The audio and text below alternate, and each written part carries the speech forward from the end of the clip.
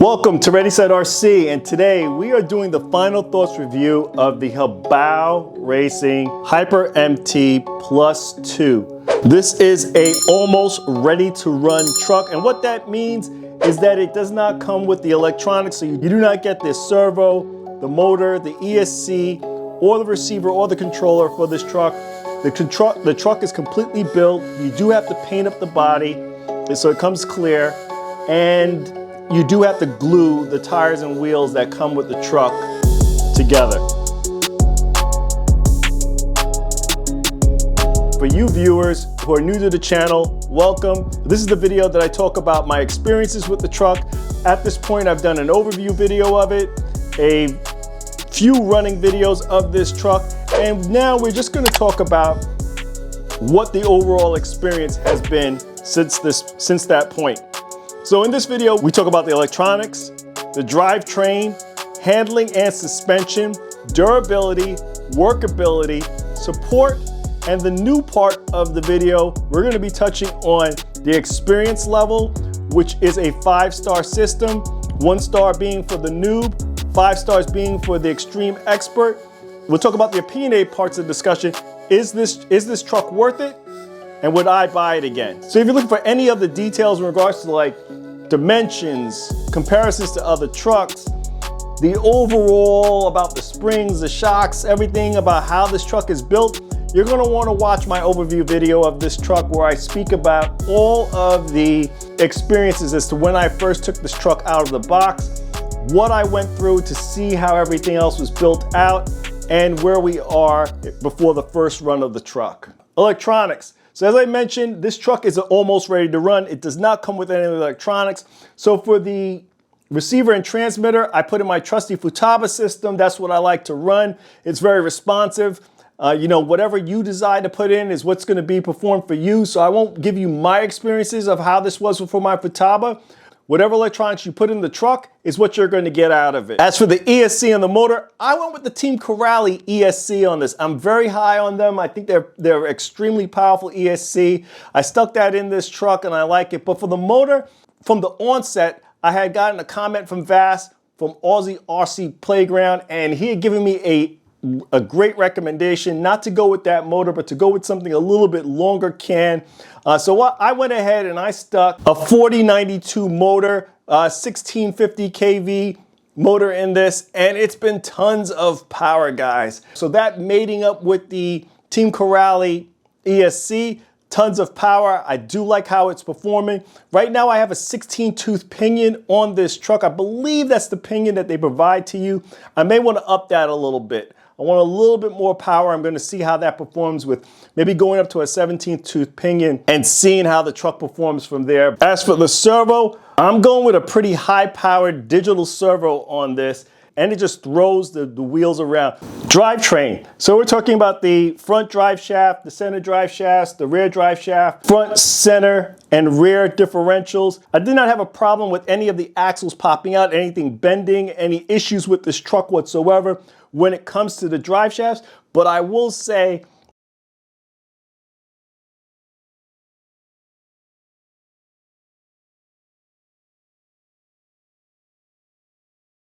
I would advise going through them and tuning them out, checking if there's oil and everything else in them. Handling and suspension. So you guys are seeing now that I'm running the orange springs on this truck, and when I first got the truck, I thought that the springs were a little bit too soft, so I went and got the stiffer springs for this. I did swap out the hubs on this truck, so this is now running 17mm hubs on this truck, and I'm running serrated nuts on it as well.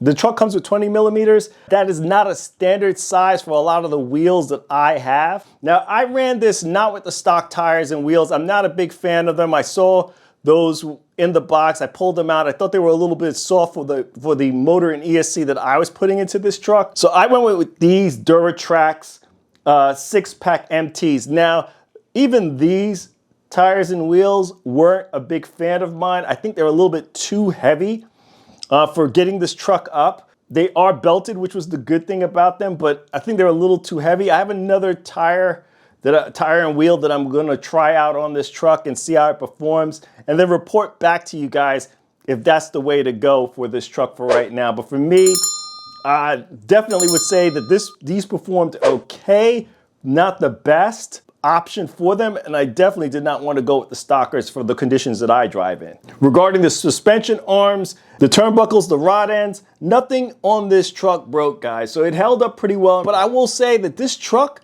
seems to handle very well in the air. And as I said, I just would want maybe a little bit more out of it in regards to, you know, upping the pinion for it with the size tires that I was running. Durability. This truck's a tank, guys.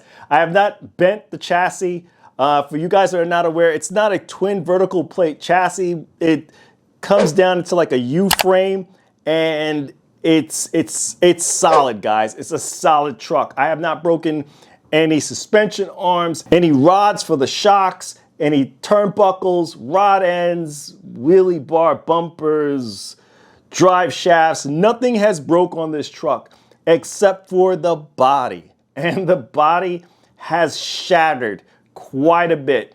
I've gone through at this point, I have reinforced this body. It broke, it shattered on maybe the first run, and I went ahead and I zip tied the two parts together, did some shoe glue and drywall tape in the inside, did some Gorilla Tape as you guys are seeing going on here, and even the last time I ran it, cracked the front right here and right here. So there's a lot going on that this body just takes a lot of abuse and it doesn't handle it well. I'm gonna keep running it. I bought this truck this truck to run it, and I bought and I have this body to bash it, and I'm gonna keep trying to hold it up as much as possible. You guys can see, hopefully you're seeing that here, the crack that's going on there. But yeah, it shatters. The whole front shattered on me, and I ended up drywall and shoe gluing it, and then hopefully that's coming up in the camera. And then I ended up doing some Gorilla Tape there as well. But yeah, that's the weak part. The weak part is the body. Definitely go ahead and put the time in and support the body up, unless you're like me, you don't really care, and the body's meant to be bashed. These battery trays, you must know, for those of guys who have not seen other videos on this, the battery trays are best if you mount them from the top. I mount them from the top, and I also seal them back like this, as you're seeing right now. I run this truck on 6S. It requires a lot of power, so I only run it on 6S. I run soft packs on them so that it holds in well. Hard packs probably wouldn't fit if you turn the battery trays this way. You probably have to turn them, let me show you. If you're going to run hard packs, you're probably going to have to turn the battery tray this way, but the battery tray needs to be mounted from the top. The way it comes from Hobao is pushed in from the bottom. You will constantly lose this battery tray if you mount the trays from the bottom like this. You got to mount them from the top. And if you have a hard case packs in them, you got to have the batteries facing out.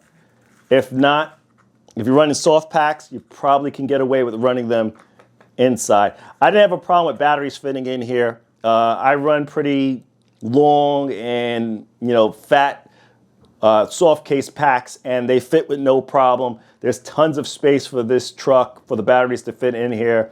Workability. What can I say about this truck? It's almost ready to run. I think all the parts and everything went in there fairly easy. It is that pretty open design when it comes to being able to access everything. So even though if you have had experience with a twin vertical plate chassis, this is not that, but it's very similar in how everything is laid out. If you have that experience, it's gonna go a long way with this truck. But I feel it's one of those things that once you've worked on one, they all kind of fall in line and are the same going across, and are very, to me, I find them to be very easy to work on. And that's simply because I have quite a bit of twin vertical plate chassis which have this similar layout of the servo, center transmission, the motor in the rear. That layout is very, comfortable to me, and I know how and I'm familiar with it. So for me, that's not hard to work on. So going ahead and putting all the parts in, laying that out, working on this truck has not been difficult at all. But if you have not had that kind of experience, I can see where it is going to be a little bit of a challenge for you. In regards to the motor mount, I will say that if you are planning to go with the motor that I'm running right now, you will have to get the optional motor mount for this truck. So this is not the stock mount. The stock mount will probably fit your typical can size motor into this. But if you're looking to fit like this fatter and longer motor in here, like a 4092 that I'm running, you will have to get the optional motor mount for it to fit properly. Support. Now for me on this truck, when I bought it directly from Hobao. I can't recall if I ever saw anyone else selling it. When I wanted to buy the parts for this truck, either I bought them directly from Hobao or I bought them through eBay. That was the only two options that I saw out there for parts on this truck from. Now there is Hobao USA, which is where I got this truck from. So you don't need to go to the overseas entity of Hobao to get this truck. But as I said, you're going to have to go directly for them to get the readily available parts on this truck. There is no third-party support for this truck. It's basically going to Hobao and getting the hop-ups. I will say that this truck has been fairly durable. So worrying about like busting up certain things on this truck, I didn't have a concern about that because the truck has been durable so far.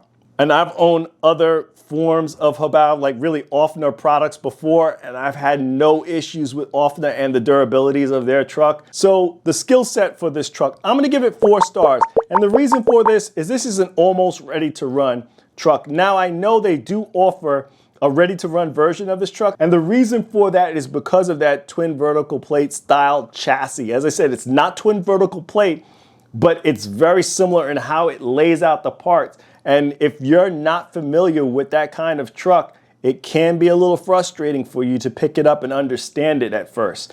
So if you're coming from that flat pan style chassis, like most of the RCs are in the community, going to a truck like this may be a little bit difficult for you. I would say if you've worked on some of the early Armor vehicles or even the Savage, those are some of the trucks that come to mind that I have owned that have that twin vertical plate style, that this is pretty similar on where everything is laid out and how to work on the truck. So this one, I'm definitely going to give it 4 stars for the type of work that you got to put into it to support this truck. I also believe it's one of those trucks that you are going to have to, at some point, open up the diffs to get it to run the way you want it to run. I think stock, the fluids are a little light.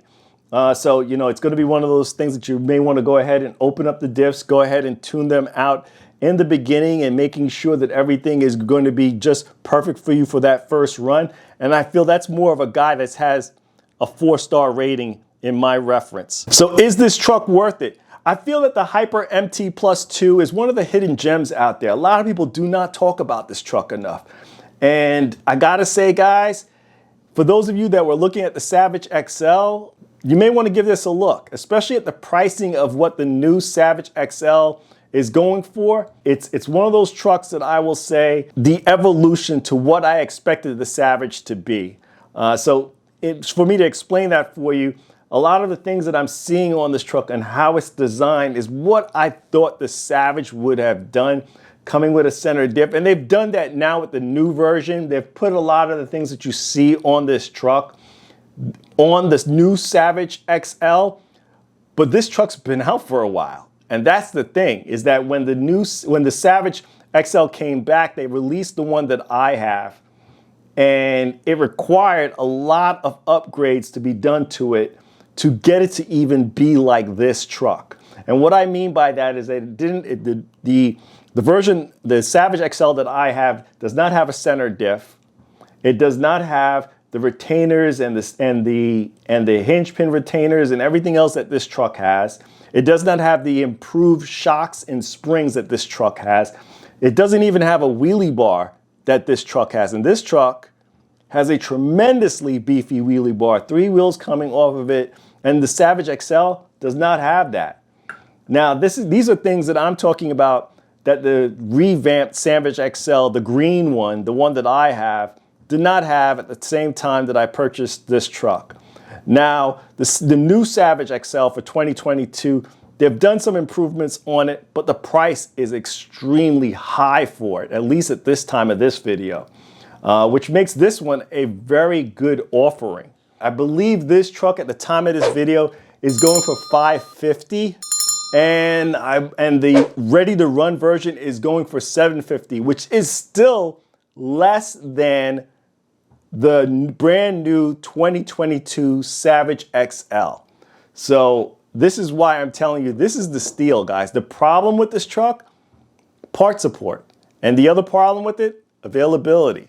Those are the two things that hurt this truck the most, is that it's so hard to find availability for this truck. And then the other thing is that you gotta go directly to Hobao or eBay to get parts.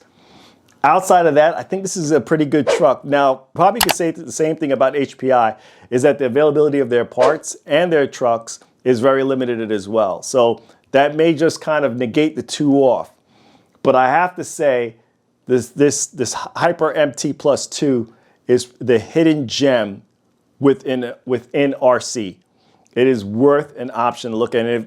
If you are looking for that next basher, and you have that skill set, as I mentioned earlier in the video, you need to look at this truck and take it as an option. The other twin vertical plate truck that I own, which is the Sen Colossus XT. Now the Sen is a slightly bigger truck than this. This truck is about the same size as the Savage XL. So, you know, kind of look at it in that respect. So it is a pretty big truck. If you're looking at the Savage XL, Sen Colossus XT, this is probably the truck you want to look at. This is the truck that you want to really take into consideration out there, guys, because I feel that there's so much value in this. Now, I can't speak on what the ready-to-run electronics are going to perform like. I don't own one, and this is why I bought the almost ready-to-run, is because I wanted a truck that I can put what I want in there, build it the way that I want it to. You'd have to, you know, if you're one of those guys that you want an RTR, you're going to have to either suffice if the power is going to be enough in the ready to run. But if you can handle putting in products, if you are that 4-star type individual, as I mentioned earlier, you're going to be okay with the almost ready to run and doing the painting of the body, installing of the electronics. And then the only minor things that you will have to do, as I said, you're going to have to swap out those springs. But outside of that, this is a great truck, guys. I would definitely buy this truck again. I do suggest this truck to you viewers to go check out. If you have a buddy that owns even the Hyper MT, check out the truck, see if you like it. I will say you will come out impressed. It is a very durable vehicle and one of the most underrated vehicles out there in the RC community. But we're gonna leave it here. Please like, comment, and subscribe to the video. Check us out on Instagram for the latest posts to the Ready Set RC channel. This is Ready Set RC signing out. Thanks again, guys.